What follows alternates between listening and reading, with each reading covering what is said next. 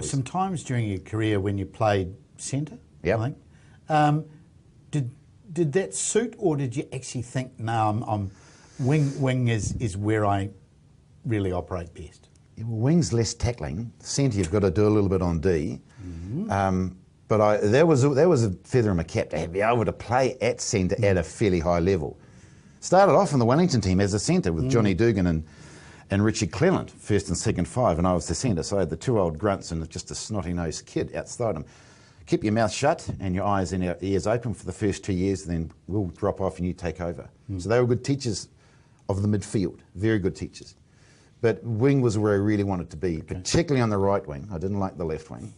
It was Bernie's wing. That was his wing. I didn't want to play on that one because then he'd get in and I wouldn't. But if he wasn't available... I'd get in, yeah. In fact, I did play a few on the left. Yes, right. So, you know, it was good to be able to play two positions and do it reasonably well to get a black jersey, yeah. But do you think you're more naturally suited, the way you ran, the way you saw the field or whatever, to the right wing? Yes. That seemed to be... Yeah. Got a sniff. And when you're out on the right wing, I could never do it on the left wing, but on the right wing, because, I don't know what it is, because most guys pass right to left better, because most guys are right-handed. But out in the right wing, you have to rely on ball passes, basically coming off the left roll. So, but we had a Billy Osborne and Bruce Robertson who didn't really care where you were. They'd just say, where are you? We'll find you. I said, where do you want me? It doesn't matter where you are. You just tell us where you'll be. We'll find you with the pass. Now, explain to me, everyone talks, Bruce Robertson, Prince's centres. Explain to me as a wing why it was so delightful to play outside that man. No panic. You know, when we were in serious chaos on a hell of a lot of times during games, in chaos, you know, we weren't going too good. We're getting beaten up and bashed up. Bruce Robertson just had this air of calmness.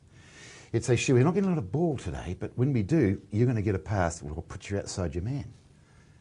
You know, and you think, well, he's quite calm, but the All Black ship is in chaos. We're just getting buffeted. We ain't going too good. So that actually, you know, for a young guy, I thought, man, he's not panicking. I'd be really shifting my bricks at the moment. He's perfect, calm, coordinated, good decision maker with the ball. Told you, Stu, I just want you just on this hip. I'll drag your man and I'll give you a little pop pass. In you go, mate. Yeah. And can you do that, Bruce? He said, oh, I can do that. Had some serious speed too, didn't he? Too quick for me sometimes. So I had to cheat to keep up with him. Lots of wingers talk about this. Yeah, I know. He had If some you're lagging a metre behind... You're gone. Not there. You're on your own. On your own, Bruce. Tell me about some of the opponents that you encountered during your career. Who were the tough guys that you went, oh, this is going to be a wicked afternoon? Yes. And it was when we were playing Australia every year during those mid-70s, late 70s, early 80s, were 3 tests, you know. And I had to line up against this guy, Brendan Moon of Queensland, a lovely guy.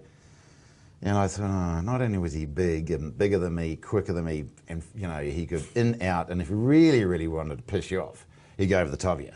And that's when I'd say, mate, we've been hacking each other around for the last 20 tests, you know, would you mind just easing back and making me look a good, very good player. Good player.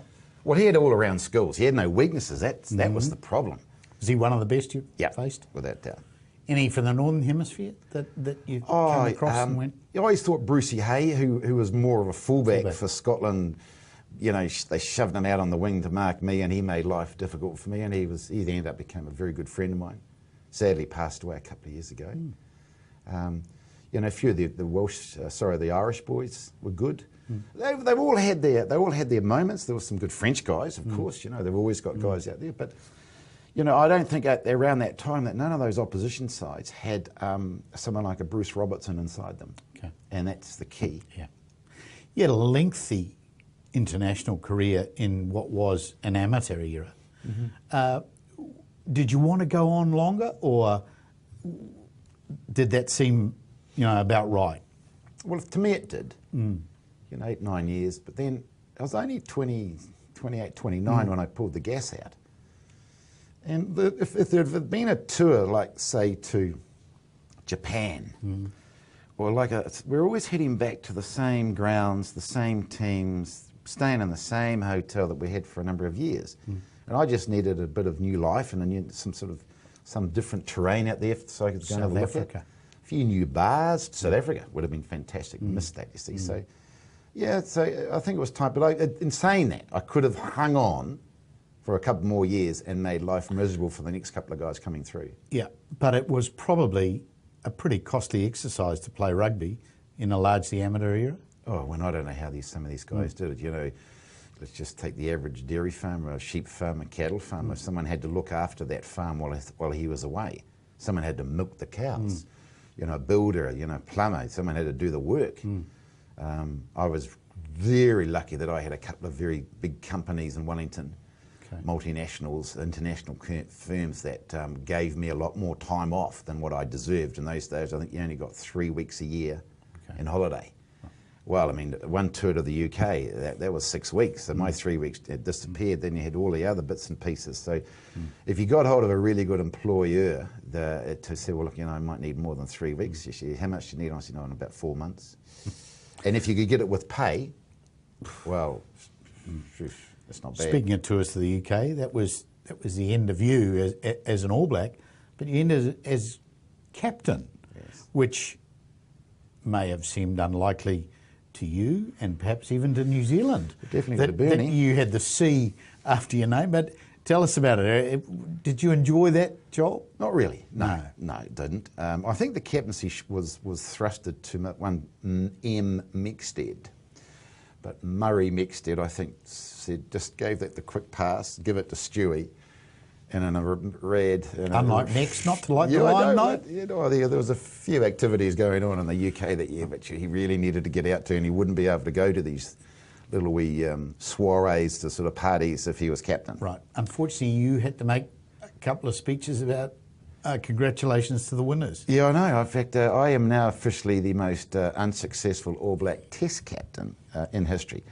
One day, I'm hoping that someone may either join me or beat my record, but at the moment I'm solitary. I am chairman, president and secretary at the moment. Right. You retired the following year when you and your great mate Bernie put out a book that created a bit of a kerfuffle, didn't it? It did. In the fact that you said, I'm sorry, all the loot's going into my wallet. Yeah, so we took the money from the book and we got banned for 7 years. Which is quite funny because, you see, when our ban came off, that was 84 plus, what's 84? That goes to 80, that's 91, 92. And then in 1996, 4 years later, they became professional rugby players. So there they were just a few years prior to that, banning a couple of old diggers like Bernie and I for taking a couple of thousand out of a book. There's not a lot of money in a book, right? So we had the choice of either giving it back to rugby or going on the bloody bash and smothering ourselves on a 6-month piss-up. So we decided the later was the good idea. And then once we got banned for 7 years from the game, we weren't allowed to coach, we'd do nothing. And then all of a sudden when we came back in, we got the letter, the official IRB, you are now back in the game. Great, that's how amateur day has been smashed up. 4 years later, they're professional. So how ridiculous is that? But that's what we lived in when, you know, and you couldn't break the rules.